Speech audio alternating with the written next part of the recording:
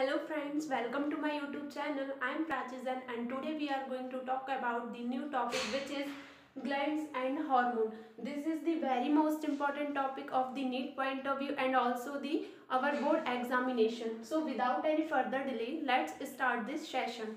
First of all, glands and hormones में हम glands की बात करेंगे. What is the actual meaning of glands? तो बॉडी जो होती है, ह्यूमन बॉडी हो या किसी एनिमल की बॉडी हो, उसमें कुछ स्मॉल ऑर्गन्स होते हैं जो एक केमिकल सब्सटेंसेस को रिलीज करते हैं और ये केमिकल सब्सटेंसेस जो हैं हमारी बॉडी में होने वाली बहुत सारी बायोकेमिकल जो रिएक्शंस होती हैं उनमें पार्टिसिपेट करते हैं और उस केमिकल रिएक्शन को या तो वो इंक्रीज करते हैं, उसकी rate of reaction in the meaning की उस केमिकल रिएक्शन को लगने वाला टाइम वो क्या कर देते हैं, जो है लेस कर देते हैं, है ना। सो ग्लैंड्स की हमने बात कर ली कि ग्लैंड्स क्या होती हैं, जो एक केमिकल रिएक्शन में पार्टिसिपेट करती हैं और ऐसे सब्सटेंसेस को रिलीज करती हैं जो एंजाइम और हार्मोन की तरह वर्क करते हैं, है ना। अब एंजाइम एंड हार्मोन्स क्या होते हैं, इनमें क्या डिफरेंसेस होते हैं, कैसे ये इनका फॉर्मेशन होता है ना, ये सारी चीज़ें हम देखेंगे। सो अगर हम ग्लैंड्स के डेफिनेशन की बात करें तो definition of glands an organ in the human and animal body which secretes particular chemical substances for use in the body or discharge into surroundings, है ना। मतलब टू टाइप के यहाँ पे वो सब्सटेंसेस को रिलीज करेंगे। कुछ सब्सटेंसेस जो हैं हमारी बॉडी के अंदर वर्क करेंगे और कुछ सब्सटेंसेस जो हैं वो हमारे सराउंडिंग में रिलीज हो जाएंगे। क्लियर है इतना। अगर हम बात करें टाइप ऑफ ग्लैंड्स की कि how many type of glands, है ना, तो 3 टाइप की ग्लैंड्स ह्यूमन बॉडी में जो है जनरली प्रेजेंट होती हैं, which is exocrine glands, another one endocrine and mixed glands, है ना। एक्सोक्राइन ग्लैंड्स क्या होती हैं? सो यहाँ पे वर्ड है एक्सो एंड लास्ट वर्ड है इसका क्राइन। एक्सो का मीनिंग होता है आउटसाइड द बॉडी, है ना, और क्राइन का मतलब होता है कोई भी ऐसा सब्सटेंस जो बॉडी के बाहर एक्सक्रीट हो रहा है ना, यानी कि बॉडी के बाहर क्या हो रहा है, जा रहा है। सो एक्सोक्राइन ग्लैंड्स जनरली ऐसी ग्लैंड्स होती हैं जो क्या हो, डक्ट हो, जिनमें क्या प्रेजेंट हो, डक्ट प्रेजेंट हो। इन ग्लैंड्स में जो केमिकल सब्सटेंस बनता है उस केमिकल सब्सटेंस को हम एंजाइम का नाम देते हैं। अब हम एंजाइम की बात करें कि एंजाइम क्या होते हैं, तो एंजाइम एज अ बायोकैटलिस्ट होते हैं, है ना। बायोकैटलिस्ट का मीनिंग कि किसी भी केमिकल रिएक्शन को वो क्या करते हैं, इंक्रीज कर देते हैं। सो एंजाइम हमारे बायोकैटलिस्ट होते हैं जो किससे रिलीज होते हैं, हमारे एक्सोक्राइन ग्लैंड से। अब एक्सोक्राइन क्यों बोला इनको, क्योंकि एक्सोक्राइन ग्लैंड जो भी सब्सटेंसेस बनाएगी, जो भी वो एंजाइम्स बनाएगी, वो एंजाइम एक डक्ट के थ्रू क्या हो जाएंगे, हमारी बॉडी से बाहर हो जाएंगे, है ना।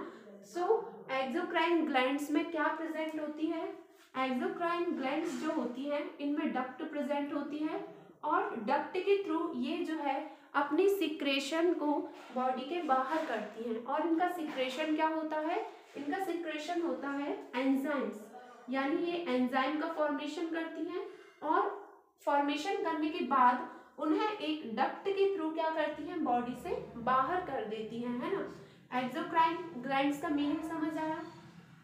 इसके बाद अगर हम बात करें एंडोक्राइन ग्लैंड्स की, है ना।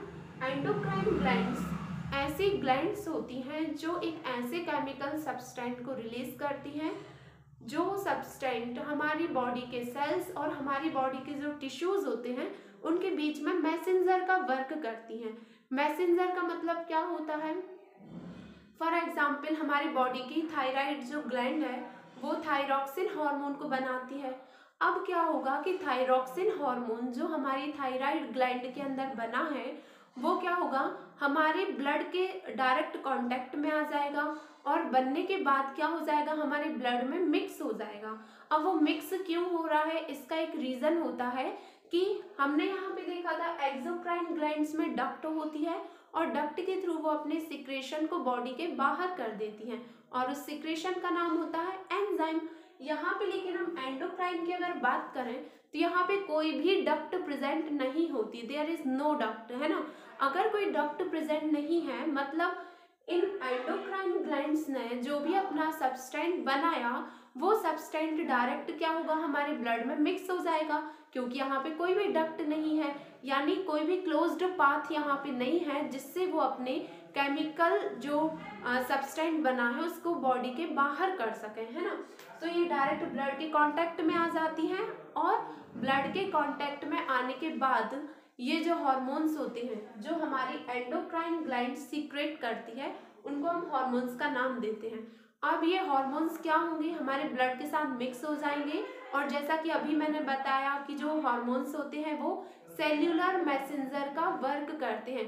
सेल्यूलर मैसेंजर मतलब एक सेल के अंदर अगर इनका फॉर्मेशन हुआ तो फिर ये बनने के बाद दूसरी सेल के पास जाते हैं और उस सेल को एक मैसेज देते हैं कि तुम्हें इस ऑर्गन के पास जाके उस ऑर्गन के अंदर होने वाली जो रिएक्शन है उसको इंक्रीज करना है ना। तो सेल्स और टिश्यूज के बीच जो है मैसेंजर मॉलिक्यूल्स का वर्क करते हैं हमारे हार्मोन्स। सो क्लियर हुआ एक्सोक्राइन और एंडोक्राइन ग्लैंड्स। एक्सोक्राइन क्या है, जिसमें डक्ट प्रेजेंट है और एंजाइम्स बनाती हैं और अपने सिक्रेशन को बॉडी के बाहर करती हैं। एंडोक्राइन क्या है, जो डक्टलेस है।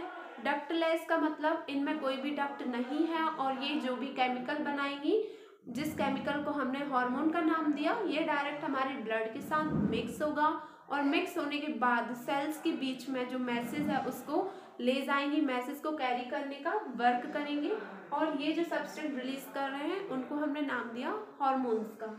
क्लियर है इतना। नेक्स्ट जो हमारा टाइप है that is mixed glands.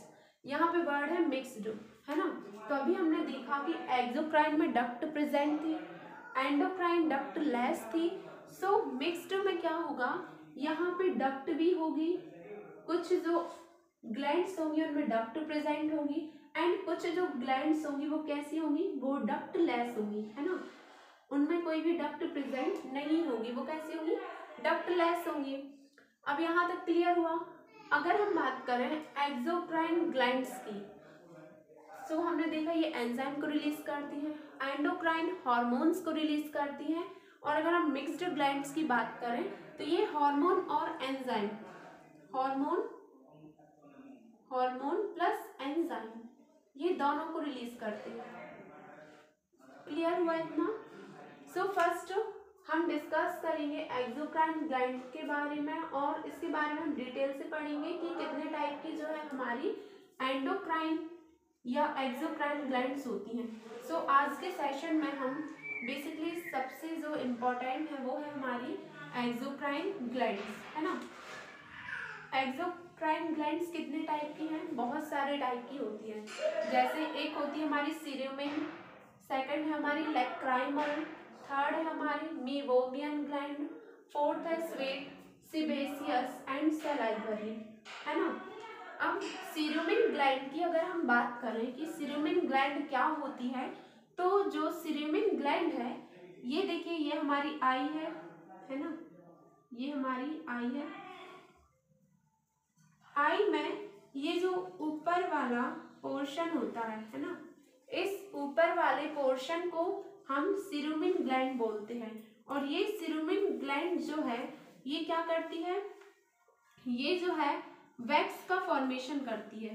Wax formation क्या करेगी, ये वैक्स का